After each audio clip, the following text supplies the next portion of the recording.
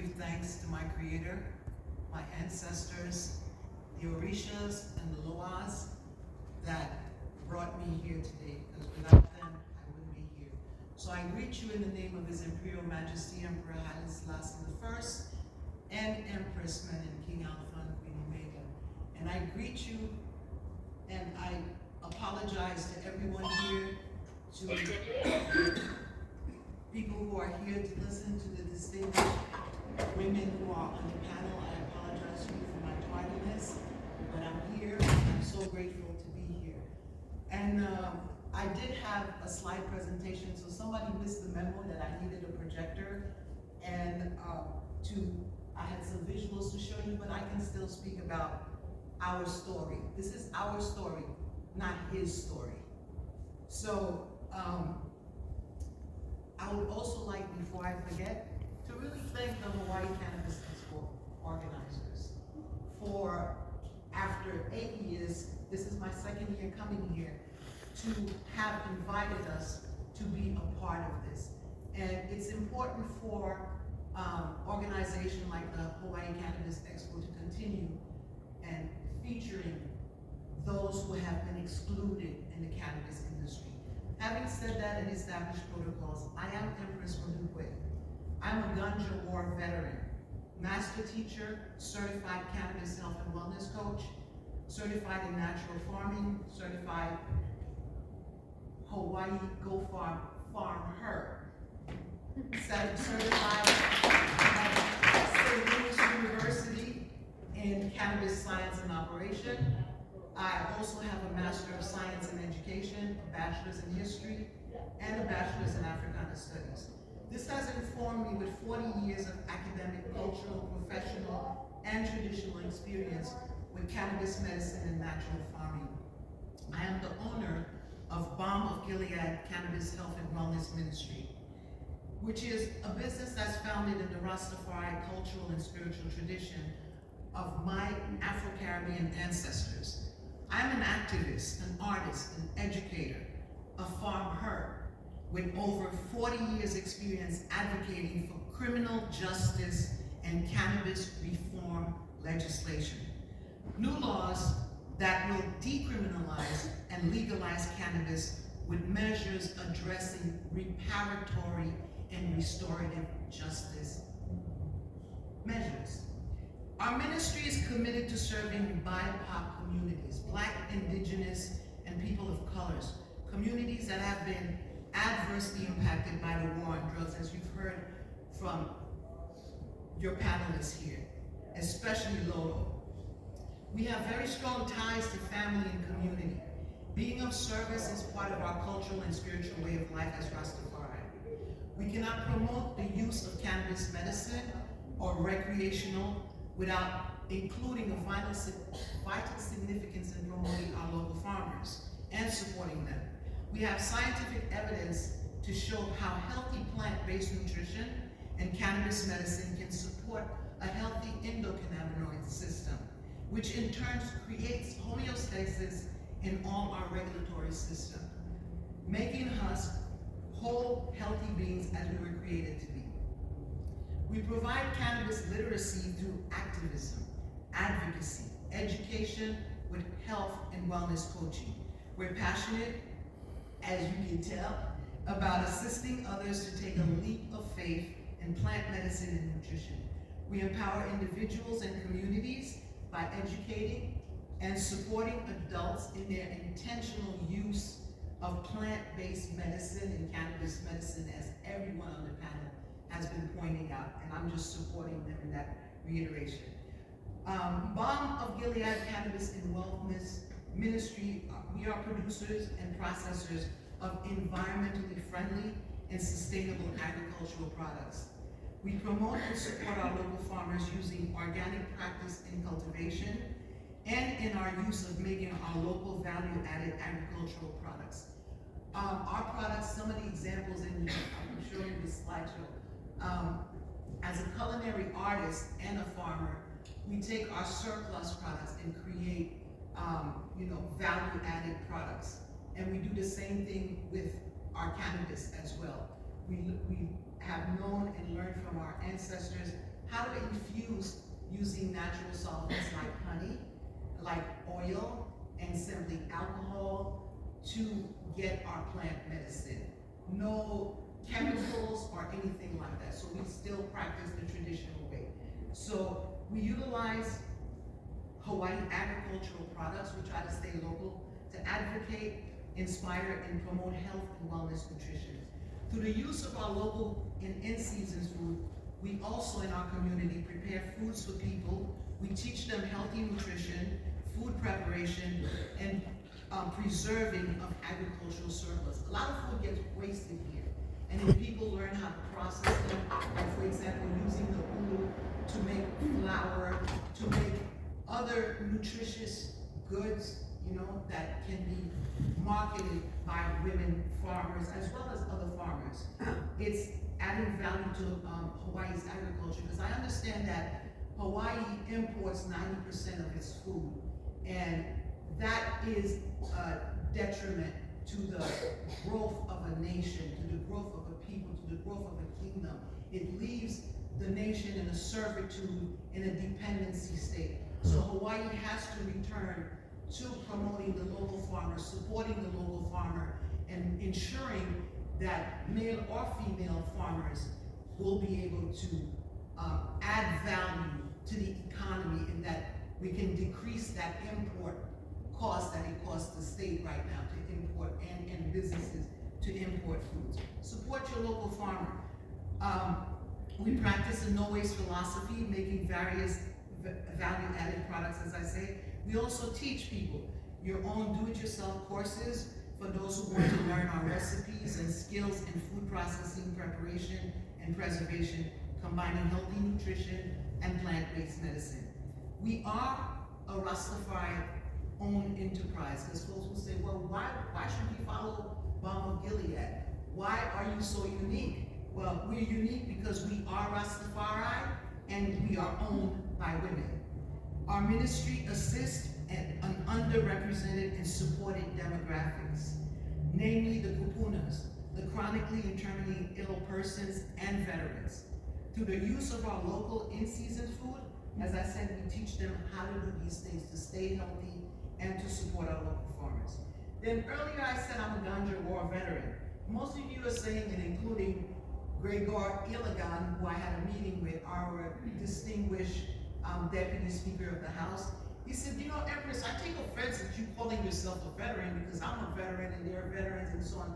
I said, we are veterans, because we are survivors of the war on drugs and green harvest. That was Hawaii's war on drugs. I didn't just come here today. My family has been here in Hawaii since 1983, moved to the Big Island in 84, and we started meaning my brother, my cousins, and my partner then started growing those 12, 14 feet colas that Green Harvest would, what did she say, fly over our heads. So we've been through it. We've been there and done that. So if you want to learn more about our ministry and how you can support us, dare to learn about how traditionally curated cannabis medicine and mostly plant-based nutrition has helped me to eliminate my use of anxiolytics and opioids to combat chronic pain and mental health challenges. 450 years of post-traumatic stress disorder, multi-generational stress disorder. And we still have to face it, because if you look at the statistics, we meaning people of African descent, make up 14% of the United States population, but yet a disproportionate number of African Americans.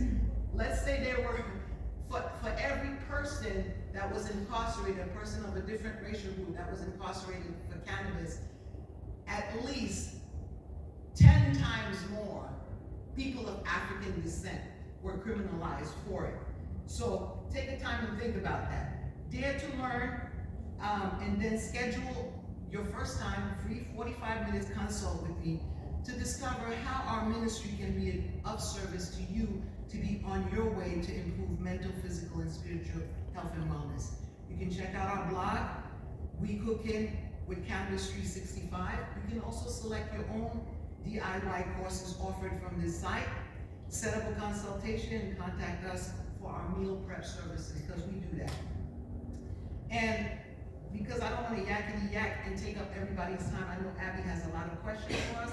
The final thing I'll say is, speak your truth to power. Oh, even before that, I wanted to say, volunteer, register to vote, and then speak your truth to power. Be a guest speaker or caller on our live podcast. Yes, Auntie has a live podcast called Cannabis, the Healing of All Nations, and we air live during the last Wednesday of each month on globalmeds.net, which is an internet radio based out in New York City, and they picked up Auntie from here.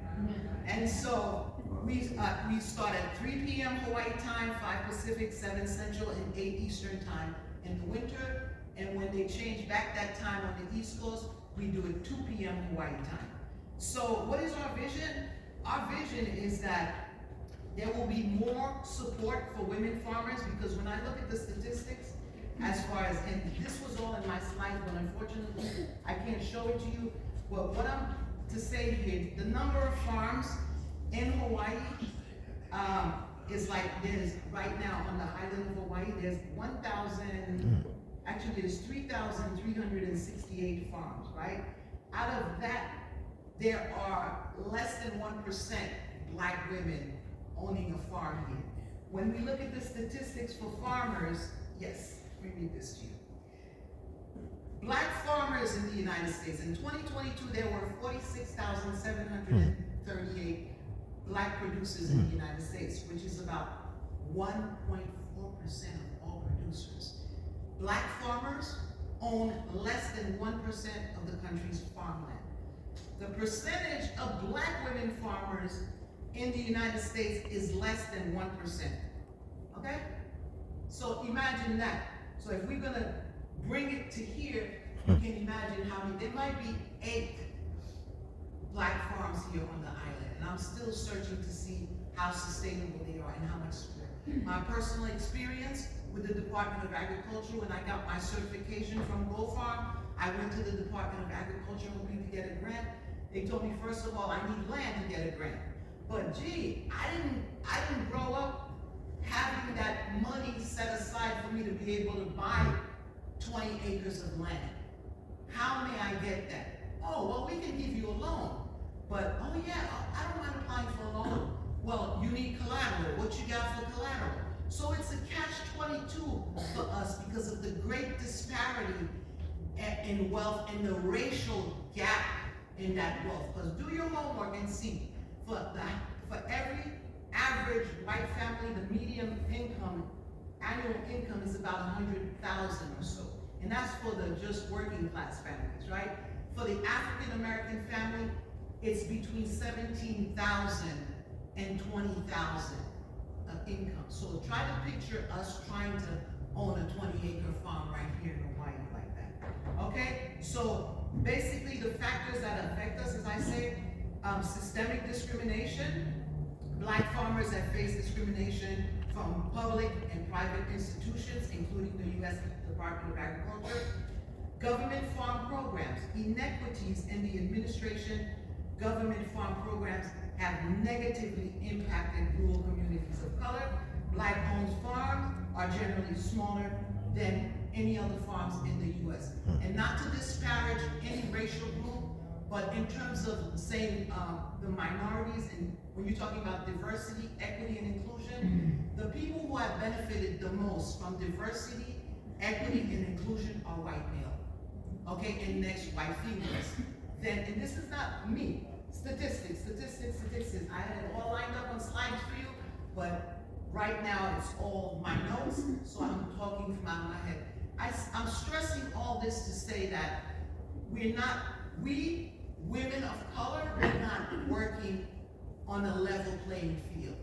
And we need that. Like Laurel said, she has not been getting the support that she's needed, where she wanted to work, the things that she's wanted to do as a woman, and she's fortunate to be here. Been 58 years, she's a Kanaka Maui. Why is this her first time speaking here? And like I said, I'm going to commend Hawaii Cannabis Expo because the first time is still even if the 8th Expo is the first time that you feature a panel like this, it means that you as organizers are growing as well. So we need to give Hawaii Cannabis Expo a big round.